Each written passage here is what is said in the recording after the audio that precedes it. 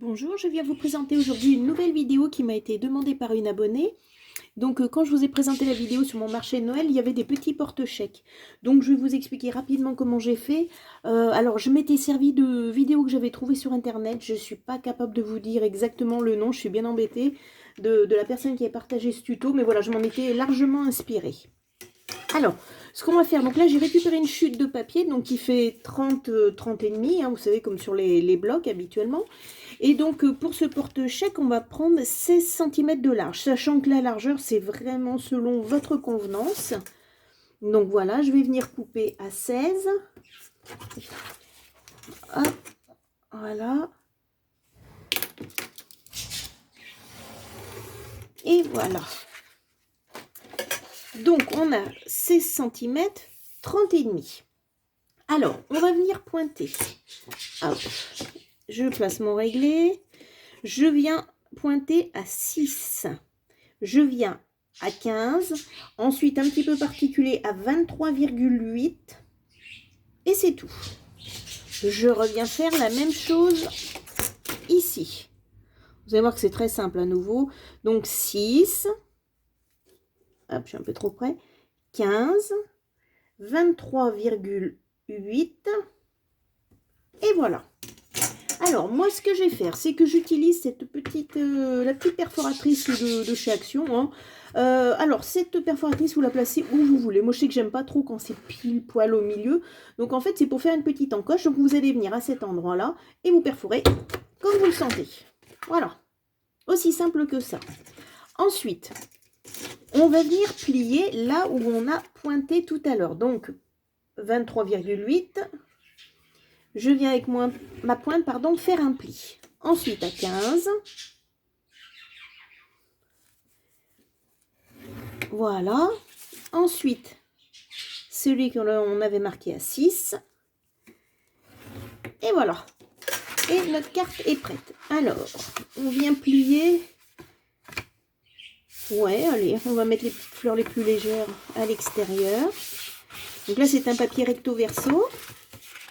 Alors, comme d'habitude, là, c'est un papier, bon, vous avez dû reconnaître de chez Action, donc très très rigide. On y va doucement parce que parfois, ça arrive de craquer. Hein. Donc voilà, on fait bien attention. Donc là, j'ai ma petite encoche. Donc, ce que vous allez faire, c'est que vous allez venir couper, pareil, selon votre envie, soit de ce côté, soit celui-ci. Moi, je vais peut-être couper le petit. Vous verrez le résultat. J'aurais peut-être pu vous faire voir déjà le modèle du départ, hein, puisque je l'avais refait pour vous le montrer. Voilà. Voilà. Allez. Soyons organisés. Donc en fait, ça vous donne ce type de petite enveloppe. Donc voilà, c'est l'encoche qu'on est en train de faire. Tout simplement. Voilà. Hop. Donc on a fait notre petite encoche. Ici, donc sur le petit morceau de 6 cm, je vais venir pointer à 3. Et pareil ici. Ensuite, donc on avait choisi 16 de large, je vais venir au milieu et je vais prendre 8. Donc cette largeur, vous la faites comme vous voulez. Si vous voulez rentrer un chèque tout droit sans le plier, je pense qu'il faudrait faire un petit peu plus large. Donc vous prenez plus large et ici vous venez pointer au milieu de la mesure que vous avez choisie. Donc je viens couper à 3 cm et sur le milieu, là sur le 8. Voilà, comme ceci. On va faire pareil de l'autre côté. Je viens à 3 de ce côté, à 8 au milieu. Et voilà, et la petite pochette est terminée. Voilà. Alors c'est peut-être pas très très heureux. Là, du coup, on a deux papiers assez chargés, mais bon. Alors, j'ai perdu mon plioir, il est là. Donc, je vais remettre un petit coup de plioir ici. Là, je vais utiliser mon double face.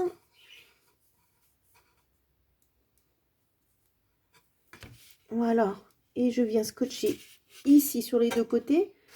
Un ciseau éventuellement serait le bienvenu. Voilà.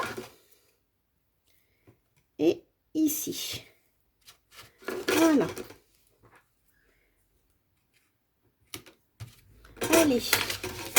Là, c'est fini. Hein. Ces petits porte-chèques sont très très rapides à faire.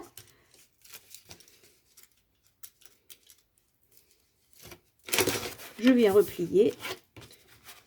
Je ferme. Et voilà. Ça peut servir de petite enveloppe. Alors bon, moi, ça ferme pas trop bien parce que j'ai pas pris le temps d'appuyer avec mon pliyoir. Donc voilà. Alors, deux possibilités. Moi, dans mon petit marché de Noël, là, j'ai fait plusieurs étiquettes. Alors, entre autres, mon papier, il était uniface, en fait. C'est-à-dire que le dos était blanc. Donc, tout l'intérieur était blanc. Alors, moi, je suis venue redécouper une petite pointe ici, rajouter une petite bande pour que ce soit plus joli. Et là, j'ai laissé blanc.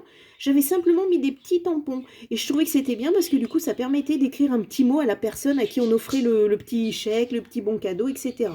Là, à l'inverse, on a papier recto verso. Rien ne vous empêche de coller un petit papier carré et de venir marquer un petit sentiment, un petit mot à la personne à qui vous allez l'offrir. Voilà. Ensuite, moi, dans certains de mes porte-chèques, j'ai utilisé tout simplement un ruban. Et je trouve qu'avec ce papier-là, un joli petit ruban rose, je ne sais pas si j'en ai un, on n'est pas sur la main, un joli petit ruban rose irait très très bien.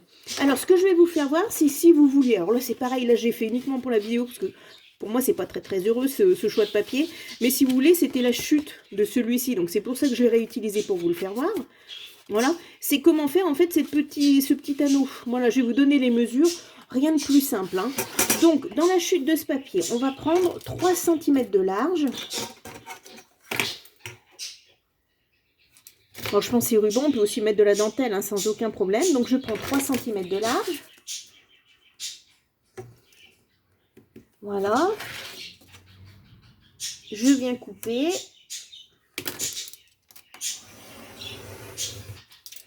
Voilà.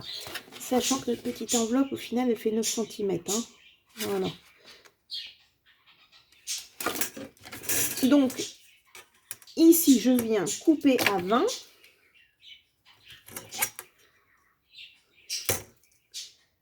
Voilà. Oh, avec tous ces motifs, on voit pas bien. Voilà. Donc, une petite bande de 3 cm par 20. Alors, ce qu'on va faire, on va venir pointer à 1 cm. Et voilà. Et ensuite, on vient à 9,5. Voilà. 9,5. Voilà, je viens faire une petite trace avec ma pointe.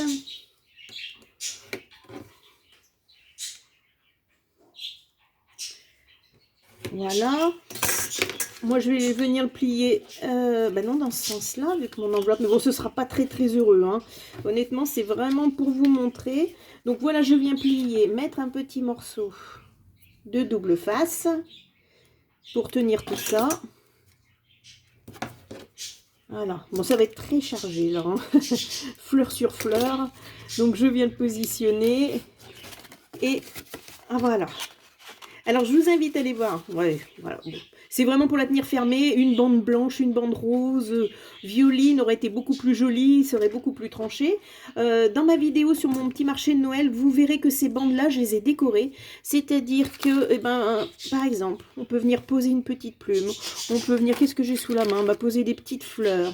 On peut venir poser un petit peu, voilà, des petites matières. Hein. Vous voyez, déjà, rien comme ça. Bon, c'est pas collé, mais c'est très joli. Donc, vous installez ça sur votre petite bande. Bon, là c'est pas collé. Vous l'enlevez et vous retrouvez une jolie enveloppe. Je trouve que c'est plutôt bien.